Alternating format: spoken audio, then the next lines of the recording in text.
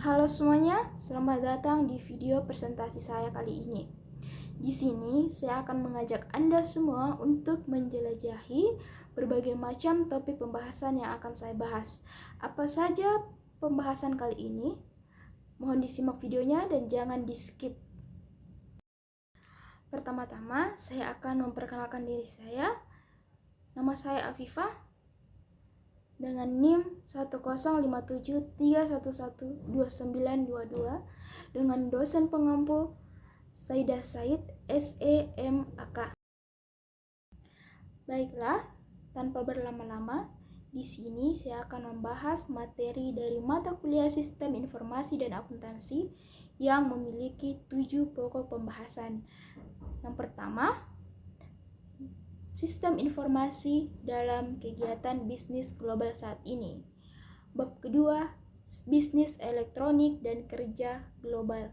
Bab ketiga, sistem informasi, organisasi dan strategi. Bab keempat, isu sosial dan etika dalam sistem informasi. Bab kelima, sistem informasi manajemen. Bab keenam, dasar-dasar intelijen bisnis, database dan manajemen informasi. Dan yang bab terakhir adalah telekomunikasi, internet, dan teknologi nirkabel. Baiklah, bab pertama, kesimpulan dari materi sistem informasi dalam kegiatan bisnis global saat ini adalah sebagai berikut. Yang pertama, pentingnya sistem informasi dalam bisnis global. Dalam era globalisasi, sistem informasi memainkan peran yang sangat penting dalam mendukung kegiatan bisnis global. Sistem informasi membantu perusahaan untuk mengolah dan memproses informasi yang diperlukan dalam pengambilan keputusan bisnis yang efektif dan efisien. Yang kedua, integrasi dan interkoneksi. Sistem informasi dalam bisnis global harus dapat mengintegrasikan berbagai elemen seperti infrastruktur teknologi, aplikasi, perangkat lunak, dan data yang tersebar di berbagai lokasi geografis. Interkoneksi antara unit bisnis, cabang, dan mitra bisnis juga menjadi penting untuk memastikan aliran informasi yang lancar dan terkoordinasi di seluruh organisasi global.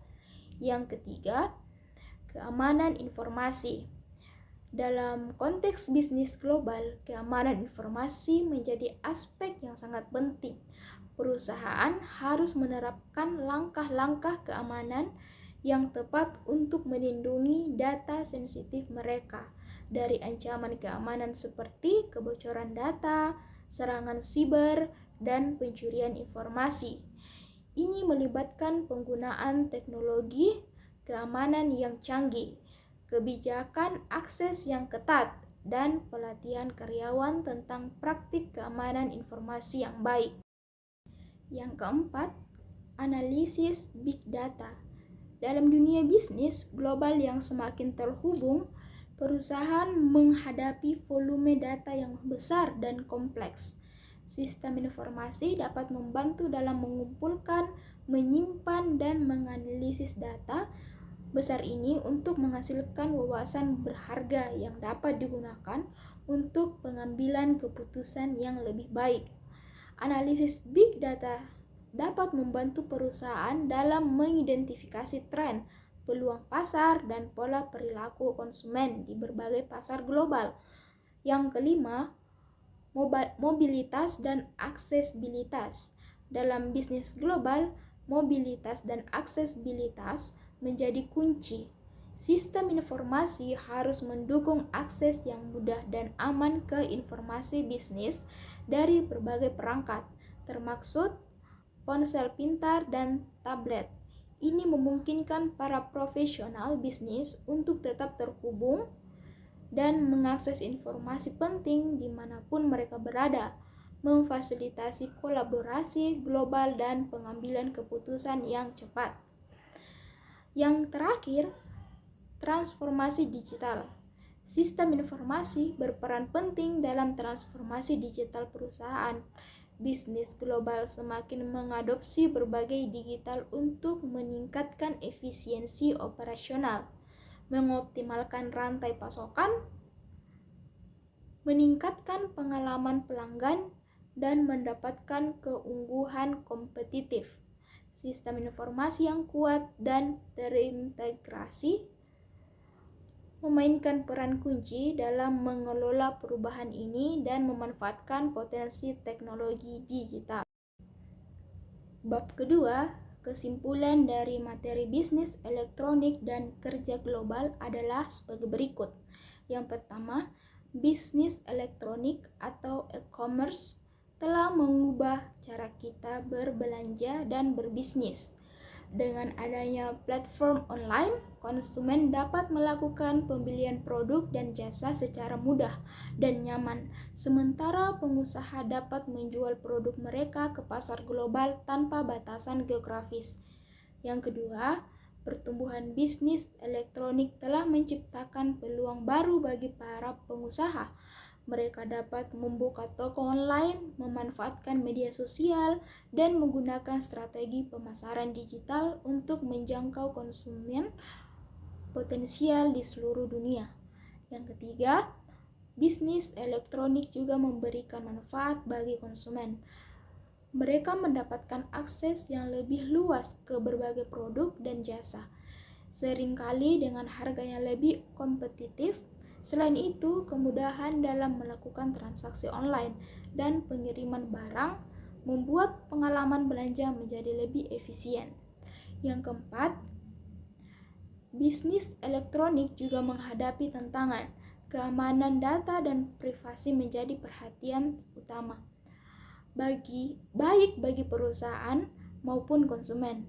Selain itu, persaingan yang ketat di dunia online membuat pentingnya strategi pemasaran dan diferensiasi produk. Yang kelima, kerja global. Di sisi lain, telah memungkinkan kolaborasi dan pertukaran pengetahuan antara individu dan perusahaan di berbagai negara. Teknologi komunikasi dan konektivitas yang kuat memungkinkan tim yang tersebar geografis untuk bekerja bersama secara efektif.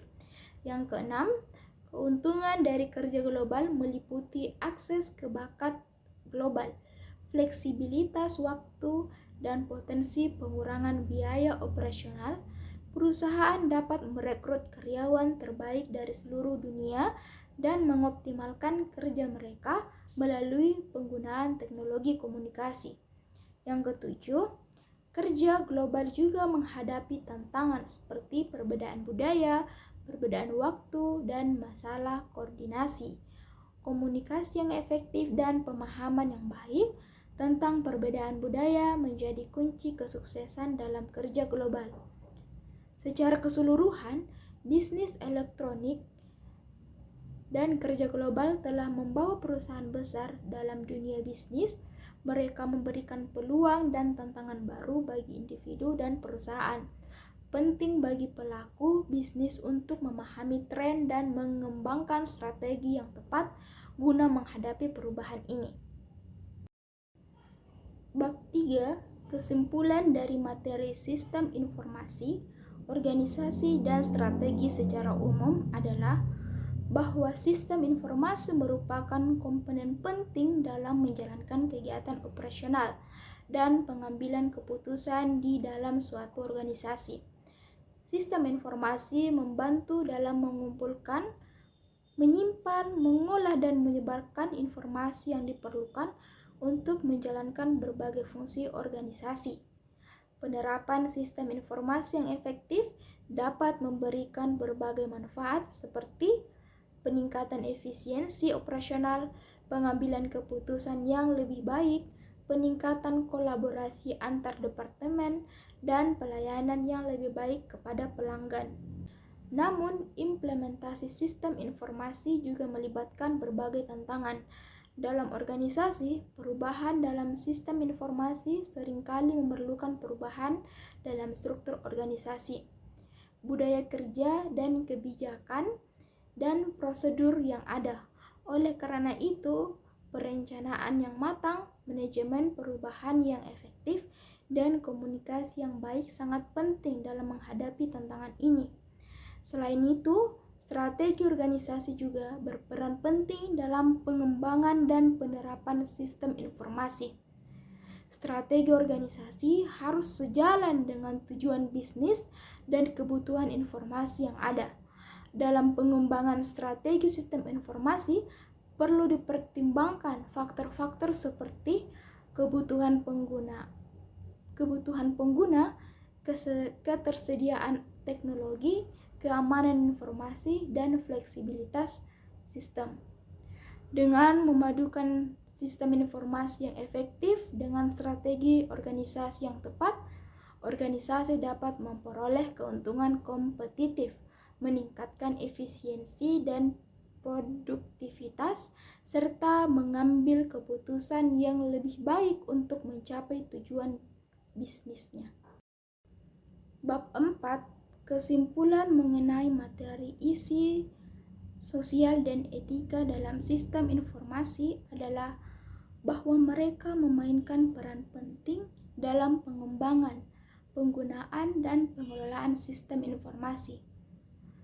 Materi isu sosial dalam sistem informasi mengacu pada konten yang dibangun dalam sistem informasi, termasuk data, informasi media, dan aplikasi yang digunakan dalam konteks sosial.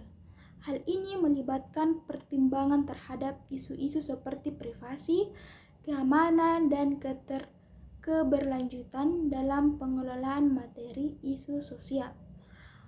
Penting untuk mempertimbangkan aspek-aspek etis seperti keadilan, integritas, dan tanggung jawab sosial. Etika dalam sistem informasi melibatkan pertimbangan tentang nilai-nilai moral dan prinsip-prinsip yang harus diikuti dalam pengembangan, penggunaan, dan pengelolaan sistem informasi.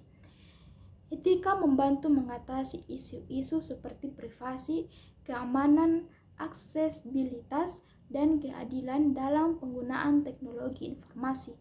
Hal ini melibatkan pemikiran kritis, refleksi, dan pengambilan keputusan yang bertanggung jawab untuk memastikan bahwa sistem informasi digunakan secara etis. Kesimpulannya, memperhatikan materi isu sosial dan etika dalam sistem informasi adalah penting untuk memastikan penggunaan yang bertanggung jawab, adil, dan menghormati nilai-nilai manusia. Dengan mempertimbangkan isu-isu sosial dan etika ini, organisasi dan individu dapat membangun sistem informasi yang bermanfaat dan berkelanjutan bagi masyarakat dan lingkungan sekitarnya. Bab 5.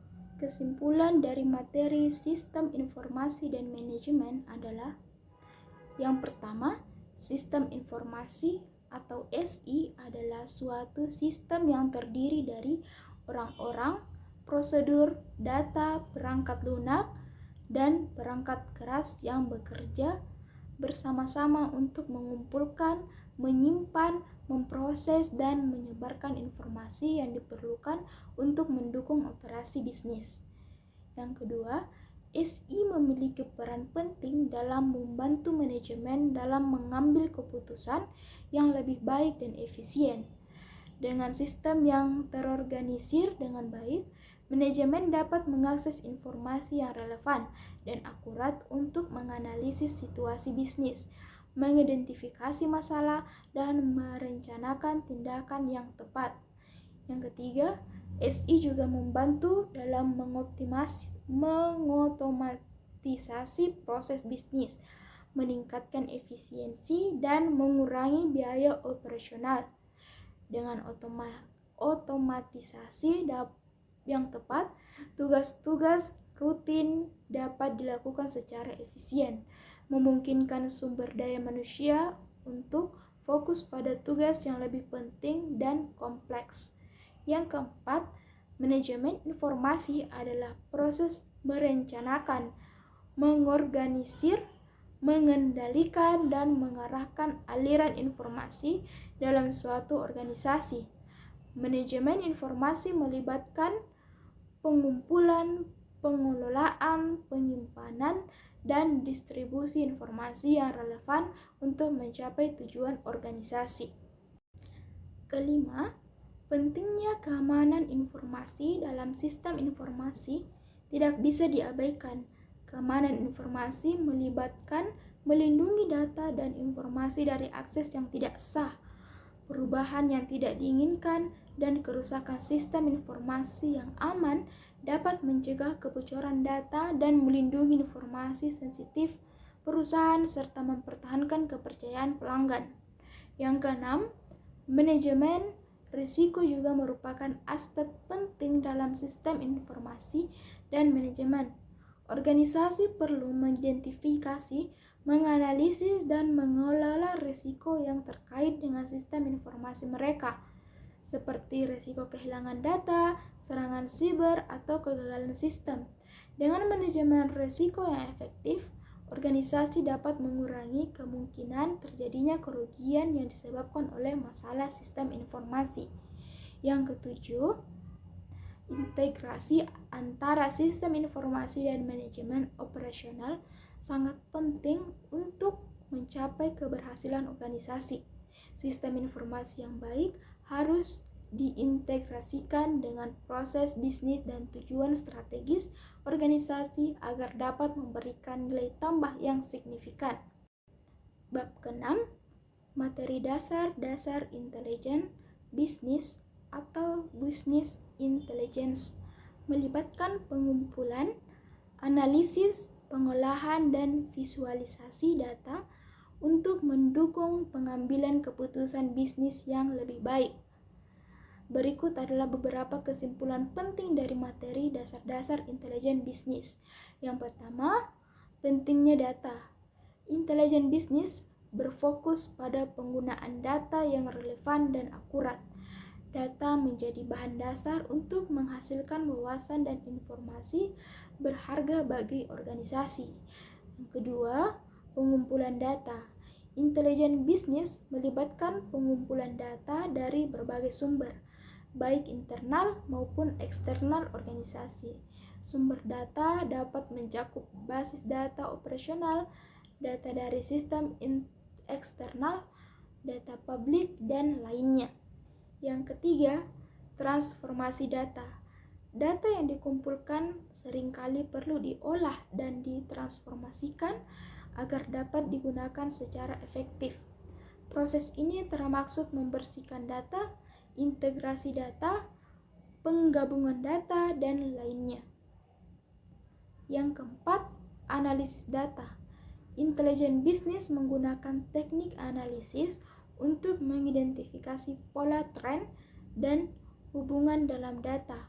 Analisis ini dapat melibatkan metode statistik, pemodelan prediktif, analisis data visual, dan lainnya.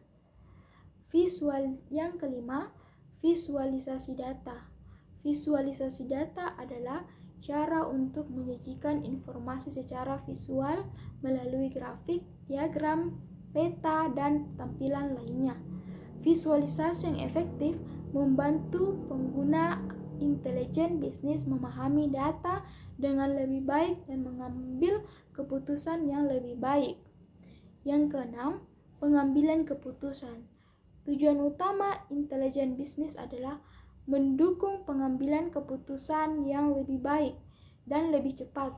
Dengan menggabungkan data analisis, data visualisasi, organisasi dapat membuat keputusan berdasarkan informasi yang akurat dan terkini.